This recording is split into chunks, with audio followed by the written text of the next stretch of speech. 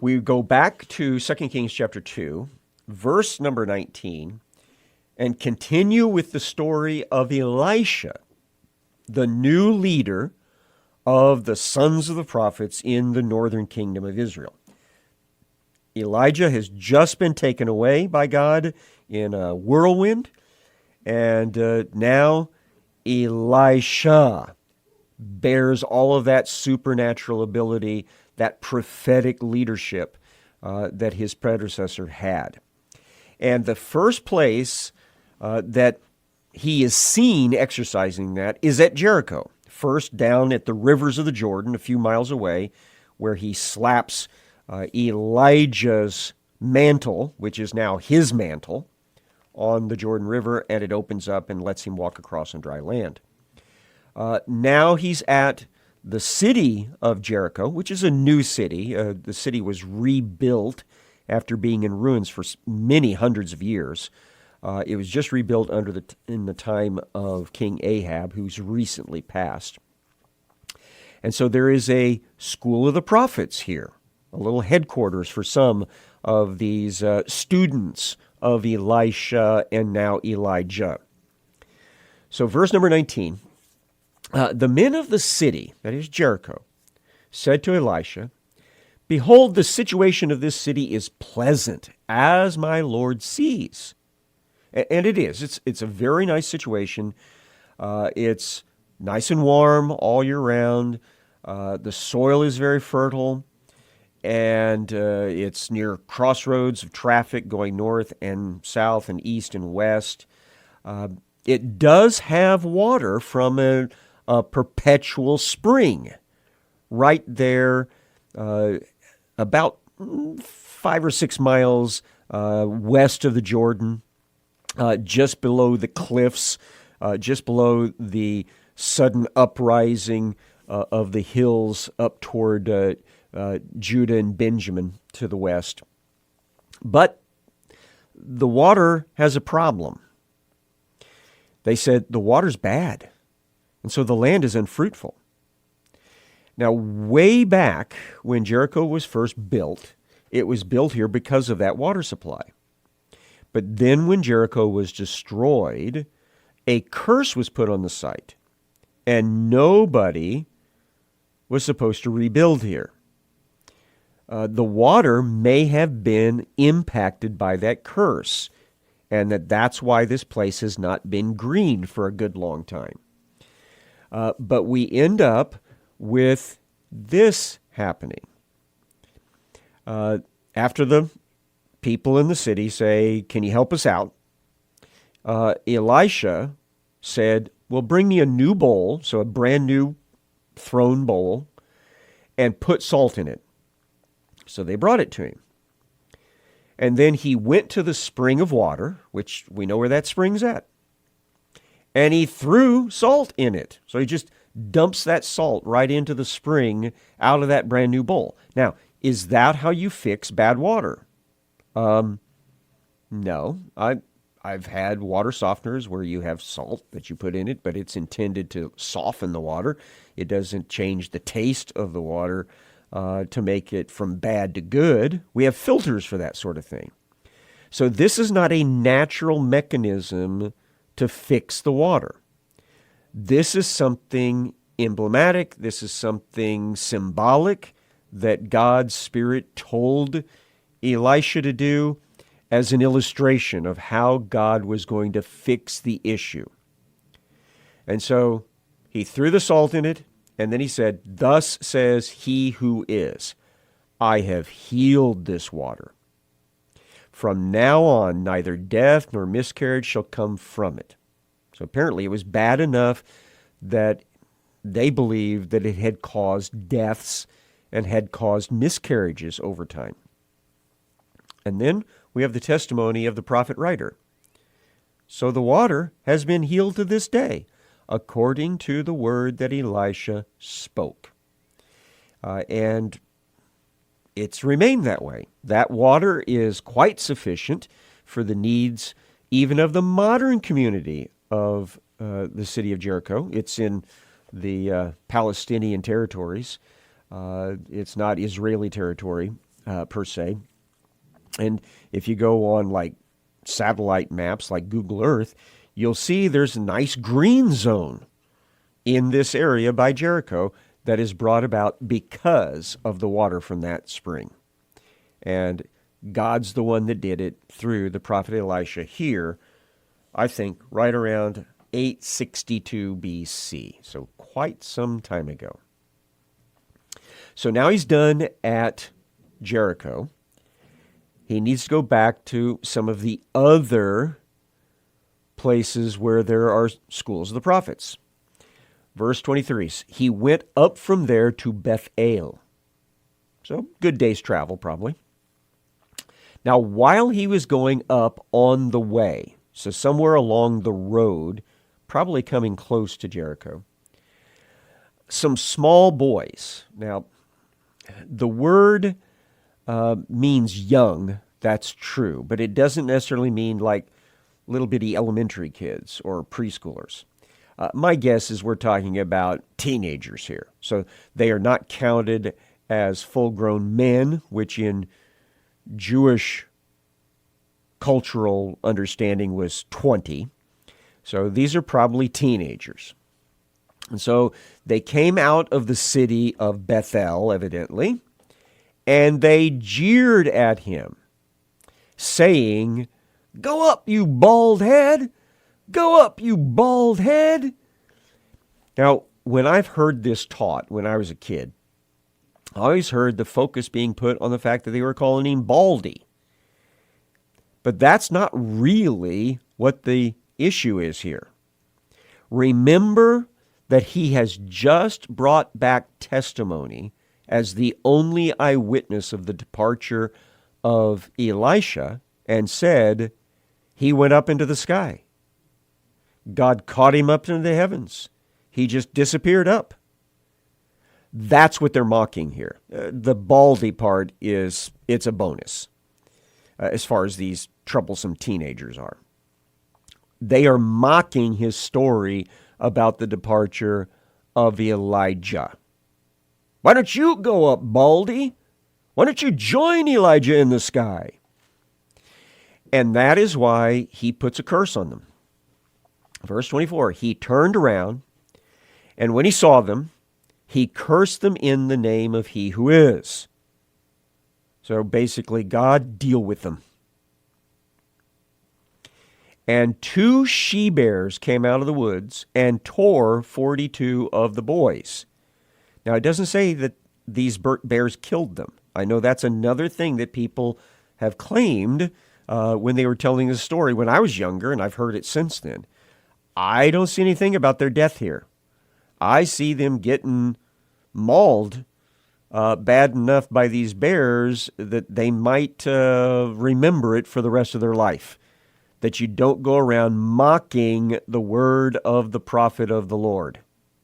When he says Elijah went up into the sky, you better believe it. 42, that's a lot of them. That's quite the little gang that was going on causing him trouble. And then presumably he went to Bethel and spent some time with the sons of the prophets there. Verse 25, from there he went on to Mount Carmel. Now Mount Carmel, we know, had an altar where the contest between the prophets of Baal and Elijah took place. It may be that there's a school of the prophets either at that site, although Mount Carmel is a very long ridgeline. It's not like a peak. The little bump you see on the maps of Israel that goes out into the Med, that little bump is the northwest end of the ridgeline of Mount Carmel. It's about 35 miles long, technically, the whole thing. Megiddo is actually part of the ridgeline of Mount Carmel. So somewhere on that ridgeline, I'm guessing there must be another school of the prophets located. And that's where he checks in. And then from there, he returned to Samaria. That is probably to the city of Samaria, in order to check in with the school of prophets that might have been there as well. 2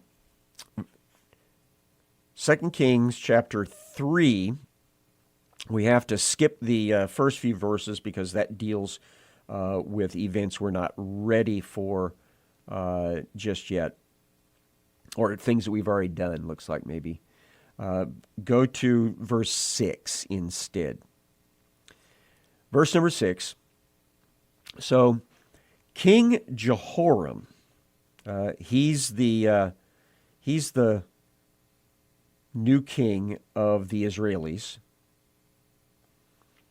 because King Ahaziah, remember, has died.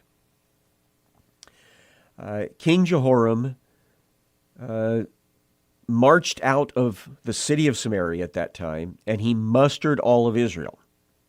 And what we'll discover is that Elisha, and I noticed I did it already, and I warned you about this.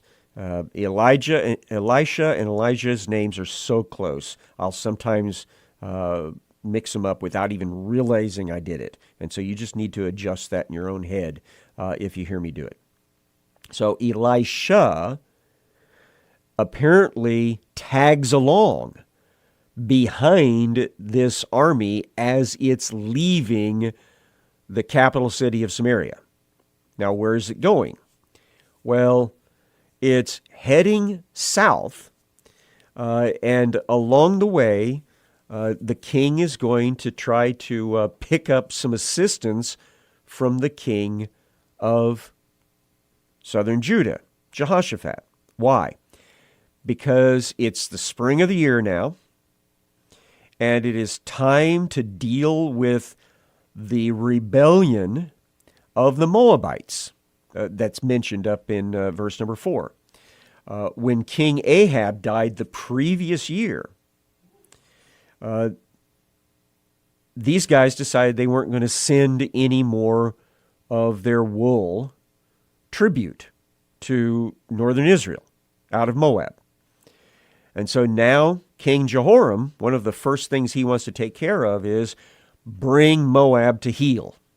Bring them back under the control of northern Israel and get that tribute wool being brought back into the kingdom's coffers. Verse number 7. So he went and he sent word to Jehoshaphat, king of Judah, "The king of Moab has rebelled against me. Will you go with me to battle against Moab?" Now, Jehoshaphat's son, who is also named Jehoram, is married to Athaliah, who is the sister of King Jehoram, this guy right here, and the new king of Israel. So Jehoshaphat is tied by marriage to this new king of northern Israel. And so his response is, "I'll go. I'm as you are, my people are your people, my horses as your horses." Now, Jehoshaphat might also have a reason for doing this, because remember, earlier, the Moabites and some Ammonites and apparently some people of Mount Seir had tried to invade his country. And they ended up being taken care of by God. So their invasion failed.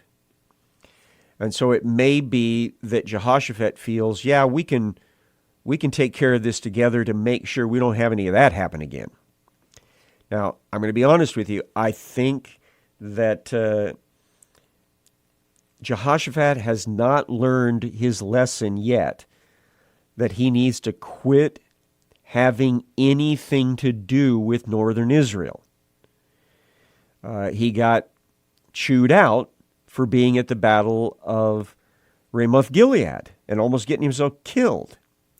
He got chewed out for building ships and planning on going on trade sailing expeditions with the next king, Ahaziah, from northern Israel.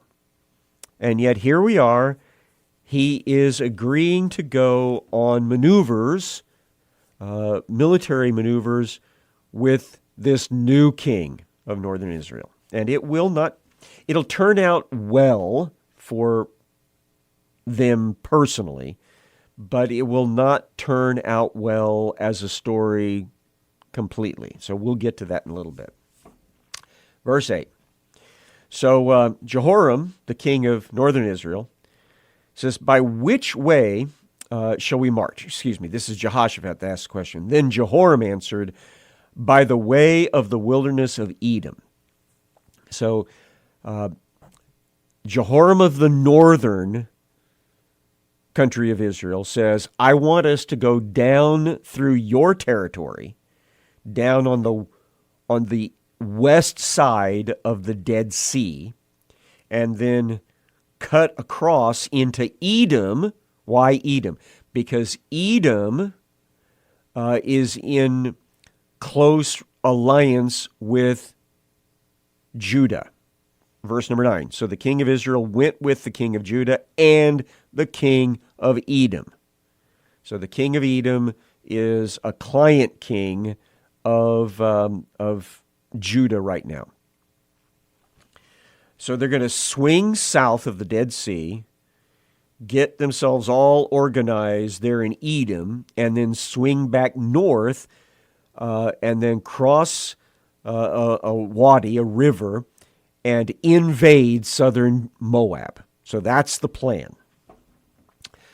When they had made a circuitous route or march of 7 days, so that includes all the time that they're going down the western side of the Sea of Galilee, and then the time they spend in Edom getting themselves organized there, and then crossing up into Moab. So that's 7 days total. There was no water for the army or for the animals that follow them. So what they find is, in this part of the areas, it is dry.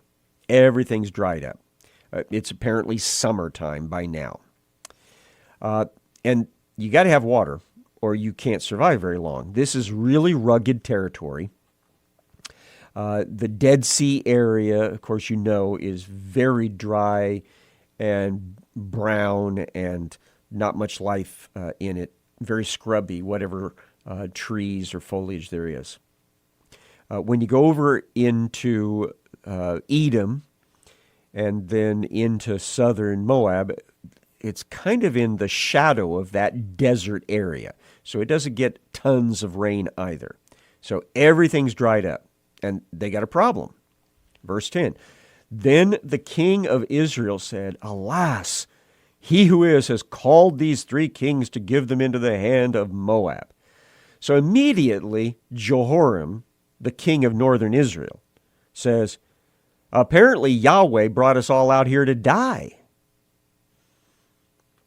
Jehoshaphat's response is there no prophet of he who is here, through whom we may inquire of he who is? So, once again, the southern king, the king of southern Judah, a righteous man, a believer in the true and living God, a worshiper of the true and living God, he's hanging out with people that are not worshipers of the true God. And these guys are all in despair and figuring everything's lost. And if it's anybody's fault, it's the fault of he who is. It's the fault of Yahweh. And Jehoshaphat is, come on, don't we have any prophets with us from the true and living God that can tell us what we're supposed to do next?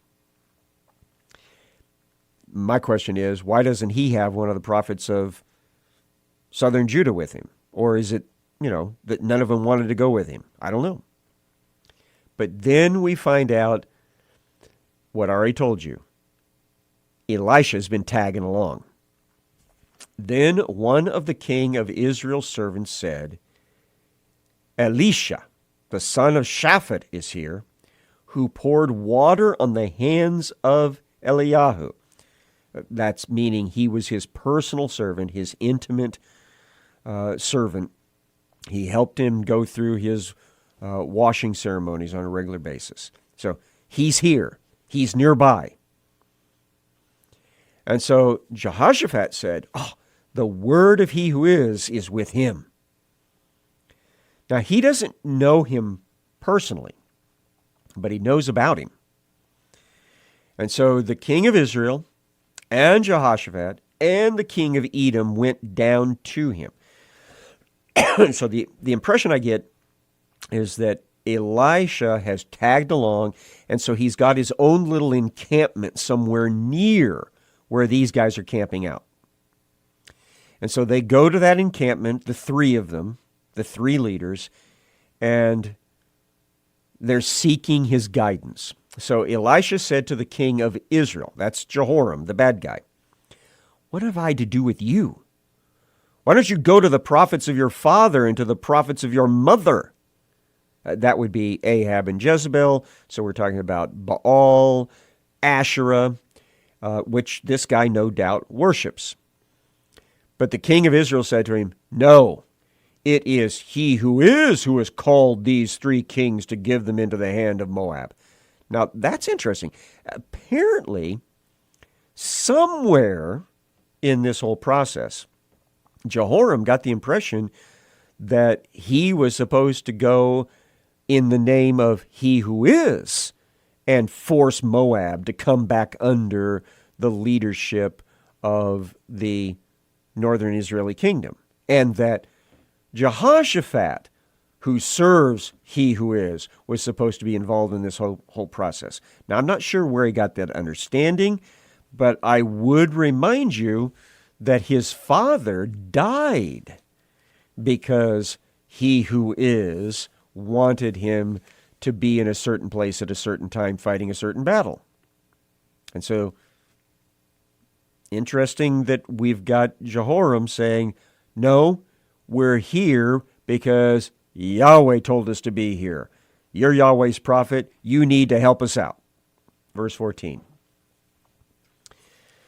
Elisha said, "As he who is over the armies," Yahweh Tsabaoth is the Hebrew, "as the Lord of hosts lives, before whom I stand, were it not that I have regard for Jehoshaphat, the king of Judah, I would neither look at you nor see you." Wow, that is rough. That's straight up talk right there. So this guy is so bad that the prophet says, if you were here on your own, I wouldn't even be talking to you. I wouldn't even look at you. Verse 15. "But now, bring me a musician." So, for the sake of the believing king, get me an accompanist. Because, remember, that prophets often sang their prophecies. When the musician played, the hand of he who is came upon him. And he said, or sang, "Thus says he who is, I will make this dry stream bed full of pools. For thus says he who is, you shall not see wind or rain, but that stream bed shall be filled with water, so that you shall drink, you, your livestock, and your animals." So he prophesies water being provided miraculously. "This is a light thing in the sight of he who is." So that's no big deal for God. "He will also give the Moabites into your hands, and you shall attack every fortified city, every choice city, and shall fell every good tree, and stop up all springs of water, and ruin every good piece of land with stones." So basically, Moab is now coming under God's judgment, and these guys are going to be involved in executing that judgment. Now, the first part of this comes to pass immediately the next morning. The next morning, about the time of the offering the sacrifice, that's the morning sacrifice, behold, water came from the direction of Edom. That's to the south of where they're at. Now, did God make rain fall down there overnight, and then that water is now flowing into where they're at, here to the north? Maybe, although they were told that they wouldn't see rain perhaps not even at a distance. Is it possible God just miraculously brought up springs of water in all the wadis to the south and provides that? Yeah, that's no problem at all for him. I mean, that's how he provided water for the Israelis the whole time they were in the wilderness. But how he ever provides this miraculously, the water comes from the direction of Eden till the country was filled with water. So there's water everywhere now, pools everywhere. Now, when all the Moabites heard that the kings had come up to fight against them, all who were able to put on armor, from the youngest to the oldest, were called out, and they were drawn up at the border. So these guys are coming south to deal with an invasion. When they got up early on this morning, the sun was shining on all that water, the early morning sun, which makes the water look red. And so the Moabites saw the water opposite them, in front of them, as red as blood. Now, there had been no rain. They knew it was totally dry. And so the only red that they figure would show up suddenly overnight has got to be blood. And so they said, this is blood. The kings have surely fought together and struck one another down. Now remember, not too long ago, some of the Moabites had died in a similar fashion, fighting with the Ammonites and fighting with some people from Mount Seir. And so these guys, this part that wasn't involved in that earlier story, they assume, well, maybe the same thing happened to them. But when they came to the camp of Israel, that is, come down to spoil it, the Israelites rose and struck the Moabites till they fled before them, and they went forward, striking the Moabites as they went. So instead of finding dead bodies and lots of loot, these guys walked straight into an ambush.